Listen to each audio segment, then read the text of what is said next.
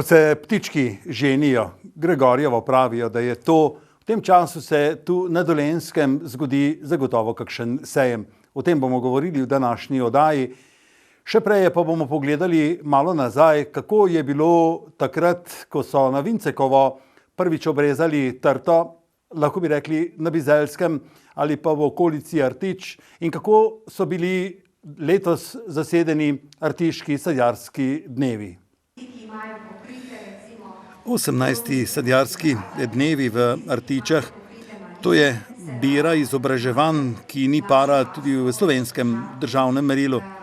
Gre za to, da predvsem sadjarsko društvo iz Artič pripravlja te posvete z namenom spoznati znotraj tega vse tisto, kar spremlja pridelavo sadja.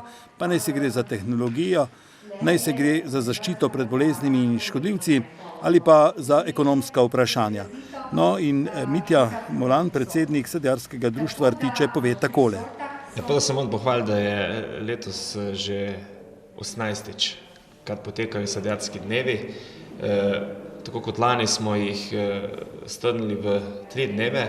Prvi in drugi dan je bilo poudarek na sadjarstvu, predvsem na jablanah. Tretji dan pa je, tako kot lani, pa na malini. Prvi dan je bil poudarek predvsem na tem, kakšne so izkušnje Avstrijcev pri pridelavi sadja. Kje so njihove rezerve, kje so poiskali možnosti večjega zaslužka. Imeli smo specialistko za sadjarstvo iz Avstrije, ki nam je pač razložila, na kakšen način so se oni s krizo poprijeli, na kakšen način, kje so oni iskali te možnosti, da pač lahko v teh težkih časih kljubujejo tem razmeram. In moram reči, da odziv je bil zelo velik, dvorana je bila polna in dobili smo pač eno takšno izhodišče, tudi konec koncev v teh dnevih malce za razmislek, kako se spoprijeti s to krizo. Če kaj potem sadjariti tu pri nas v Sloveniji znamo, pa vendarno se mi zdi malo čudno, oziramo se po avstrijskih izkušnjah ali pa mogoče vizavi ekonomike, priprave samih nasadov. Kaj je bilo tisto, kar so Avstrijci povedali novega? Jaz mislim, da v avstrijskih pogledih, pa mislim, da se zdaj kar tudi slovenski sadjarji recimo temu približujemo. Prvo, kar je, se naprava nasada začne že veliko prej, se pravi od priprava zemljišča do priprava kvalitetne sadike, analize tal. Konec koncev v zadnjih letih se sadi veliko tudi pod protitočno mrežo. S tem se pač pridobiva na volumnu, izloči se možnost toče. In potem Avstrijci, kot smo iz tega predavanja tudi sami videli, pa lahko tudi izluščili, poskušajo čim več dela opraviti v okviru kmetije. To se pravi, da čim manj najete tuje delovne sile in nekako razne ukrepe tehnološke, ki so prisotni v sadjarstvu, in jih poskušajo razvleči čez celo leto, tako da maksimalno lahko izkoristijo to domačo delovno silo. Kadar se srečujemo z tistimi, ki gospodarijo v trdem kapitalizmu, vemo, da ni na koncu samo prodaja jabolk, ampak da se srečujemo z abecedo. In tokrat ste povedali abecedo. Začeti je potrebno pri spoznavanju zemlje in nadaljevati pri sadiki in potem pri lastnem delu. Potem je zaslužek. Tako je prav. No, pa vendarno, kaj je znotraj vsega tega novega, torej strukturne spremembe Jagodičev? O tem bomo govorili v eni od prihodnjih oddaj, pa vendarno je kaj novega. Ja, na splošno razen pridelave jabolk Slovenija vse ostalo sadje mora uvažati.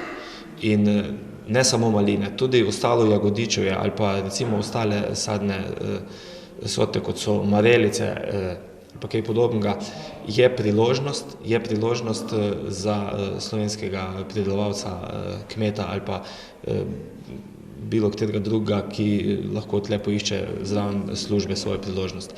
Jaz še zmeraj mislim, da največji problem v slovenskem sadjarstvu je ta, da znamo pridelati, smo pridni, ampak potem, ko se treba pa organizirati na tržišču, ko pa potrebno pa to sadje pa prodati, potem nam pa tukaj zmanjka ali idej, ali moči, ali volje, ne vem. Ta zadnji korak še zmeraj ne znamo narediti. Vsak se nekako bojuje na svoj način. Nekateri poskušajo prodajati sadje na tržnici, nekateri pač poskušajo prodaja na domu. Sindikati, ki so bili včasih tako, bom rekel, ki so bili v časih nazaj kar velik potrošniki, so veliko sadja se je prek sindikatov prodalo. Tega v današnjih časih skoraj da ni več. In tu je pač ena priložnost za slovensko sadje. Kaj pa, ker pravimo tako včasih pridelava, predelava, trženje, kaj pa predelava recimo sadja v druge izdelke? No, v zadnjem času se na kmetijah tudi pojavila pridelava soka. Naprimer v Ameriki je že znano, da največ jabolk se poje preko sokov, skoraj več kot 50%. In tudi v Sloveniji se v zadnjem času pridelava v to smer, da se proizvajajo sokovi, krhlji, se je povečala. In tudi tu iščemo razne priložnosti in pa vir zaslužka dodatnega. Organizirana prodaja, bodisi zadruge, bodisi večje trgovske verige, kako je tam? Jaz sem tako rekel, da zelo težko je posamezniku priti v večjo trgovsko verigo, ker je zelo težko zalagati to trgovsko verigo skozi celo leto. Si pač posameznik tega ne samo, da ne more privoščiti, ampak tudi nima možnosti, da bi lahko kaj takšnega počel. Tako da pač sadjarji, ki imamo ali pa imajo večje površine, pač smo se organizirali tako, da pač prodajamo sadje bližnjim večjim hladilnicam. Glejte, na teh sadjarskih dnevih, ki jih imamo, mi predvsem dajemo poudarek na pridelavi sadja. Se pravi razni tehnološki ukrepi, zaščita sadja. In v to smer na teh sadjarskih dnevih, v samo smer trženja, tega se še nismo tako dotaknili in da bi podrobno analizirali. Mogoče kdaj v prihodnosti. Mogoče tudi to je ena priložnost, da v naslednjih letih, ko bodo sadjarski dnevi, da poiščemo tudi tu sogovornike iz raznih institucij, ki nam bodo pač na strokovnem nivoju poskušali razložiti, na kakšen način naj bi se lotili prodaja sadja. Zaenkrat, kot sem rekel, je temeljni pomen teh sadjarskih dnevov, da pač sadjarjem, ki prihajajo na te dneve iz bližnje in daljne okolice, poskušamo preko predavateljev, ki prihajajo iz Maribora, Ljubljane, iz institucij, zavodov, da jim pač poskušamo na najbolj enostavljen pa praktičen način podati to znanje. Ja, izobraževalni dnevi v zimskem času so bili včasih tradicija, danes pa si sami sadjarji pomagajo na ta način priti do znanja. Znotraj tega smo poiskali tudi mi nekaj, kar nas je posebej zanimalo. No, če smo tako pogledali, kako je bilo v Artičah, pa poglejmo, kaj je bilo v Artičah letos tisto ta glavno, lahko bi rekli. Mene zanima predvsem, zakaj naši orehi postanejo črni, zakaj propadajo in čemu je to vzrok. Ja, orehova muha je praktično za mene škodljivec, ki ga ne poznam, je nov in pa vem, da se ga, ker je škodljivec, zatira z nečem, kar je zelo strupeno. In prav zaradi tega sem se odločil in poprašal tiste, ki kaj vedo o tem, kako in kaj je z orehovo muho. Zdaj, orehova muha, treba je vedeti, da pravzaprav gre za karantenski škodljivi organizem, ki pa se na žalost zelo nekontrolirano širi po Sloveniji zadnja leta, širjenja pa ni mogoče preprečiti pravzaprav z nobenim ukrepom.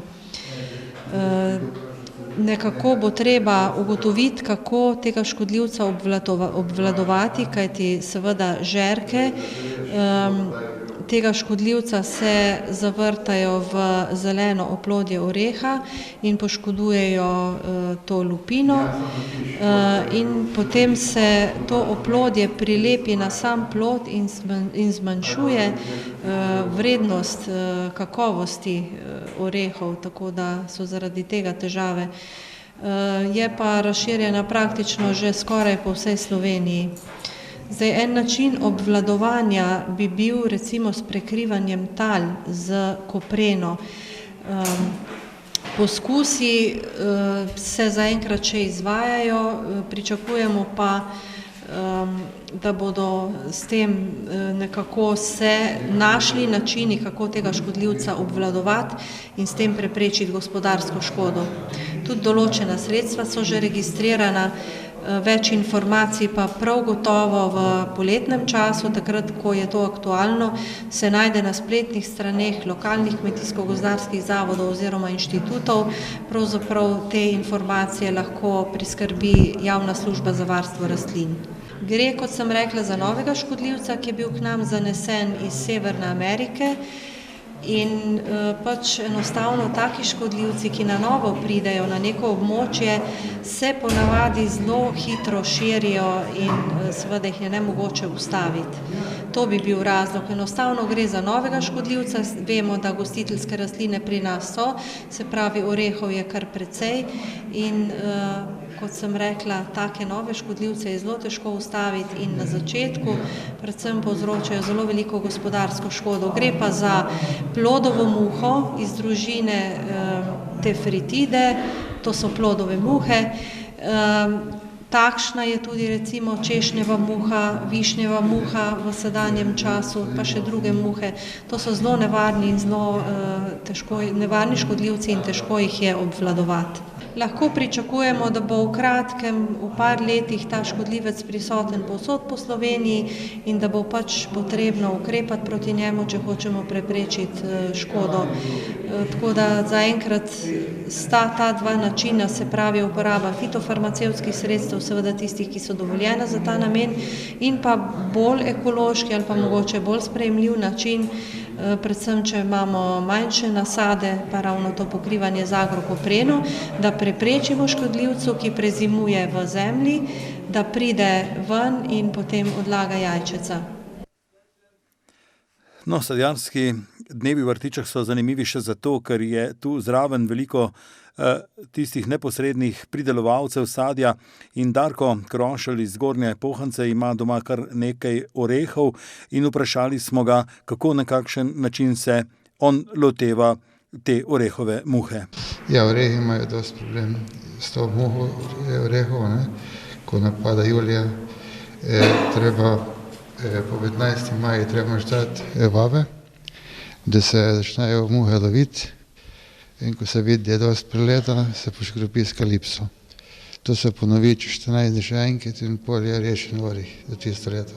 Ja, ta muha, včeraj se zliže pod lupje, med lupino in orehom, lupino, in tam ruje, se prehranjuje s tistim, pa zaleže. In ko on zaleže noter jajčice, s tistim uniči, da ne more se oreh naprej razvijati, kot pravi plod. In je oreh črn plod, in ni dobro, ni uporabno. Gre za gospodarsko škodo. Kako je ta oreh, to jedro prizadeto? Pa različno, tudi pride do kraja nič 100%, koliko leto, leto več, leto manj. To je za zadnjih par let se pojavlja to fejst. Stara mama je rekla, takole vzameš prgišče orehov, kozarec vina, pa kos kruha, pa je za dan, če kaj veliko ne delaš, že skoraj da dovolj. Tistih par orehov doma, ki jih imamo, no ja, če država ne vzame pa bolezen, pa vendar no, vi, gospod Klošelj, se ukvarjate z orehi. So orehi ekonomsko zanimivi kot pridelek na kmetiji? Ja, oreh je kar zanimiva stvar, ne. Tega primanjkuje v Sloveniji dost, ne. To bi bilo, ja, prihodnost je da kot plod in kot deblo, ne. Za starejše cajte. Gospod Eriko Orešek pa bomo povprašali še o novem škodljivcu, vinski mušici, ki je tudi popolnoma nov. Zakaj gre? Tukaj gre tudi za novega škodljivca, ki je bil tudi k nam zanesen od drugod, ali iz Daljnega vzhoda, ali pa morda celo iz Amerike, tega ne vemo. Se pa prav tako širi po Evropi, tudi pri nas je bil najden v letu 2010 in pa v lanskem letu. Škod zaenkrat kakšnih večjih zaradi tega škodljivca še ni, lahko je pa v prihodnosti, ko se bo škodljivec bolj namnožil, pa seveda pričakujemo. Pa še to bi morda omenila, da ugotavljamo, da v zadnjih 10 letih je bilo zanesenih tujerodnih vrst žuželk in pa pršic v našo državo kar preko 60. To je veliko število in to je seveda posledica globalne trgovine, ker pač prihaja sadje, prihajajo plodovi, ves ta material prihaja tudi z drugih celin, razdalje so majhne in seveda prinaša seboj tudi pač ali že škodljive organizme ali pa določene insekte, ki tam morda niso tako škodljivi, ko pa pridejo v novo okolje, pa lahko napravijo zelo veliko gospodarsko škodo. No, ta plodova vinska mušica, kot sem rekla, je bila prinesena od drugod, z drugih celin. Prinesena je bila po vsej verjetnosti z napadenimi plodovi, gre pa za škodljivca, ki napada zelo široko paleto sadja, predvsem tisto sadje, ki ima mehke plodove, se pravi jagodičevje ali pa določeni koščičarji, lahko pa napada tudi grozdje, tudi fige, kakije, tako da za škode že vemo, da so se pojavile na primer na Južnem Tirolskem, potem v Franciji so že beležili škode in se lahko bojimo, da bo povzročal ta škodljivec velike težave, predvsem, kot sem rekla, pri jagodičevju ali pa pri pridelavi koščičarjev. Ja, ker vinsko trto režemo in rujno vince pijemo, in rujno vince pijemo, kako je to lepo. No, bilo pa je tudi že Vincekovo in na Vincekovo se obrežejo prve trte. Ker je pa bilo v Posavju veliko toče, je letos potrebno posebno skrb posvetiti pravzaprav rezi te trte. No in o tem bomo govorili v nadaljevanju. No, mi pa bomo iz teh artiških dnevov odšli v bližnje Pišece, ker smo povprašali tudi o tem, kako na kakšen način se obreže vinska trta, oziroma kaj vse je potrebno postoriti po tako hudi katastrofalni toči, kot je bila v lanskem letu. In naš sogovornik, gospod Radonovič, je povedal sledeče. No, najprvo se bo vinska trta obrezala, potem jo bo treba nakoliti, treba neke kolja pripraviti,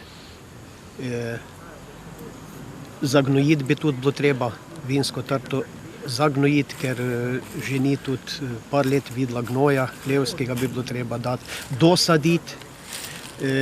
Kot tu vidimo, so trte tudi nekatere shirale, tudi mogoče od suše, ki je bila 2003, 2006, lansko leto tudi. Tako da lansko leto smo še doživeli katastrofo, tudi toča nam je ta vinograd precej prizadela, tako da smo ga morali še bolj negovati in škropiti dodatno še, tako da je bila trgatev zelo slaba.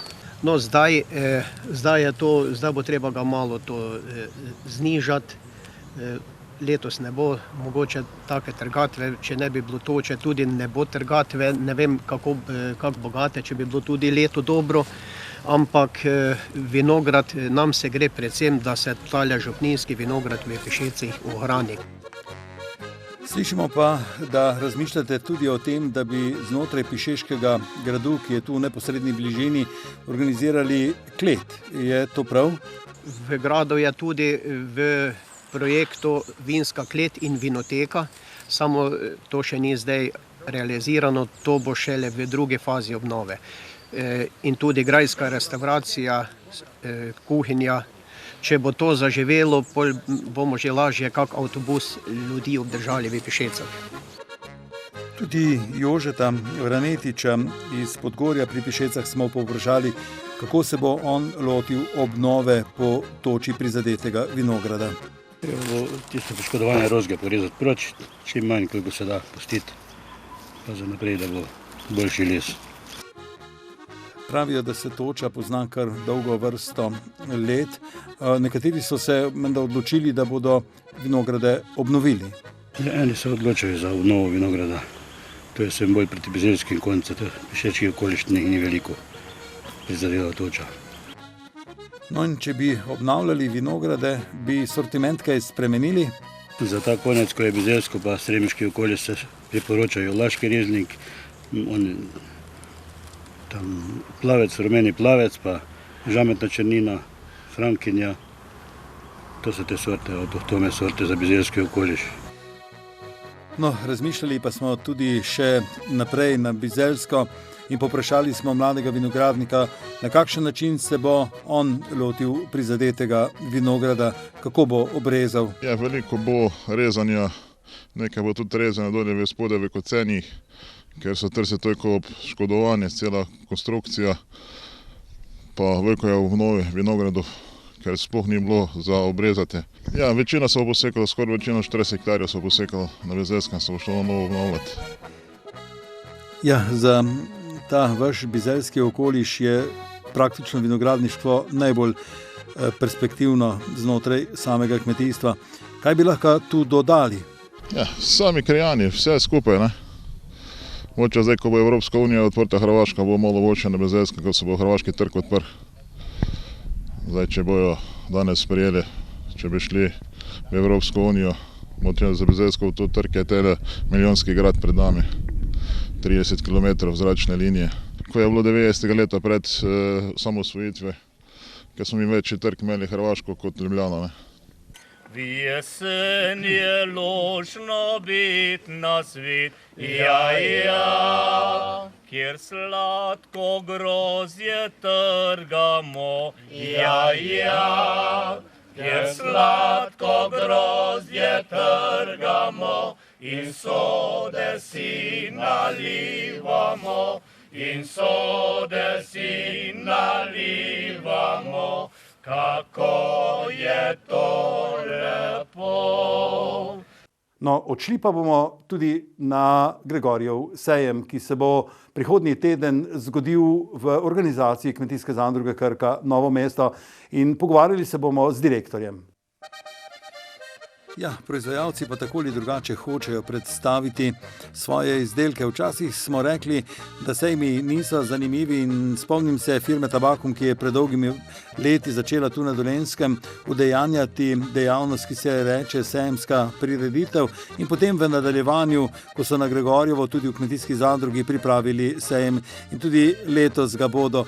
Veliko je teh let že pretečenih in praktično se je Gregorjev sejem tu v Novem mestu prijel. V kmetijski zadrugi Krka Novo mesto pa imamo tudi novega direktorja. No in poslušajmo, kaj bo povedal.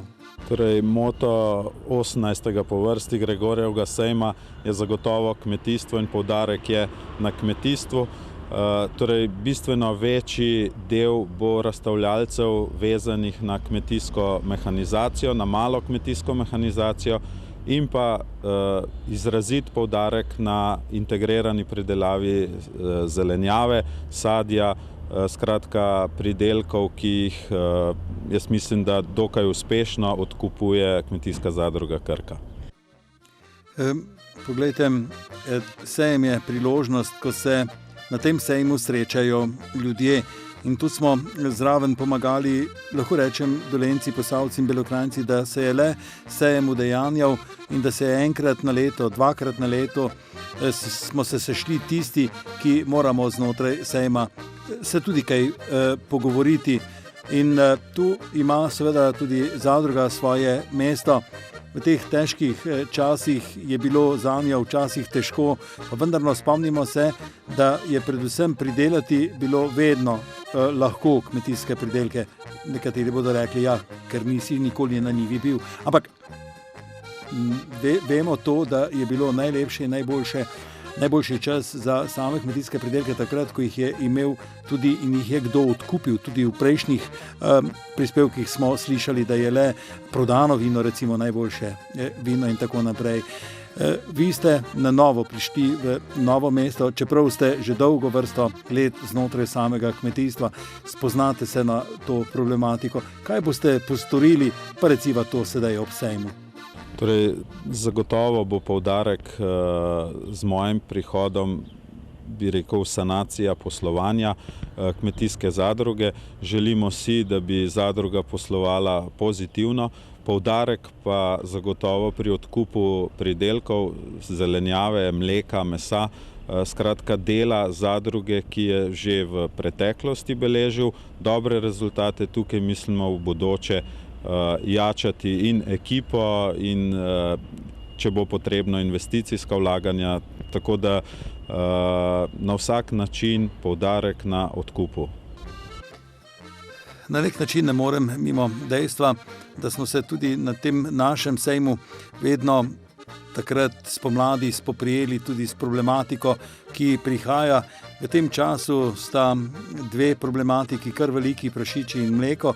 Gospod direktor, kako, na kakšen način se boste recimo lotili problematike prašičereje? Vemo, da je na nek način ugasnila, včasih pa je bila kar velika v novomeški kmetijski zadrugi. O prašičih zelo malo, nažalost, to je panoga, ki dnevno pravzaprav pada. Vedno bolj smo odvisni od uvoza. Zagotovo moramo tukaj skupaj z šolo, z kmetijskim zavodom in pa seveda zadruga postoriti kar nekaj, da ponovno pravzaprav uvedemo prirejo prašičjega mesa. Kaj pa problematika mleka? Novomeška zadruga je ena največjih v Sloveniji po proizvodnji mleka. Kar se mleka tiče, je trenutno aktualna zadeva okrog odkupa deleža v ljubljanskih mlekarnah. Tukaj se pogovarjamo, s kmeti sodelujemo. Nismo še rekli dokončne besede, kako se bomo odločili, ampak vsekakor bo potrebno poiskati opcije tudi za v bodoče, ker ne smemo biti odvisni pravzaprav samo od enega odkupovalca. Mleko vsi vemo, da ne more čakati, tako da tukaj nas čaka kar nekaj dela. Sejmski čas je bil vedno prilika, da smo se pogovorili to in ono o samih problemih znotraj kmetijstva. Nenazadnje smo se tu srečali, lahko bi rekel župani, so se srečali župani vseh občin Dolenjske, Posavje in Bele krajine velikokrat. Tu pride na to prireditev velikokrat tudi minister, upam, da tudi v letošnjem letu, se je iz bližnjega Posavja. Skratka, sejem je prostor, kjer se pogovorimo in ne samo kupujemo. Jasno pa, da bodo v novomeški kmetijski zadrugi poskrbeli, da bo sejem tudi bogato založen z vsem tistim, kar potrebujemo v jesenskem oziroma v tem pomladanskem času za dela na polju, za tiste prijatelje, ki nam pomagajo pri našem delu. Ja, čas neusmiljeno teče in tu znotraj postorimo to in ono v korist pridelave same hrane, ali pa se organiziramo, da kaj lažje gospodarimo. In tu znotraj je veliko stroke, tu znotraj je veliko tehničnih vprašanj. Skratka, nam kmetom v kmetijstvu na podeželju ni nikoli dolg čas. Poletje lošno bit na svet, ja, kjer zrelo pšeničko žanjemo, ja, kjer zrelo pšeničko žanjemo in bele kruhe pečemo, in bele kruhe pečemo, kako je to lepo.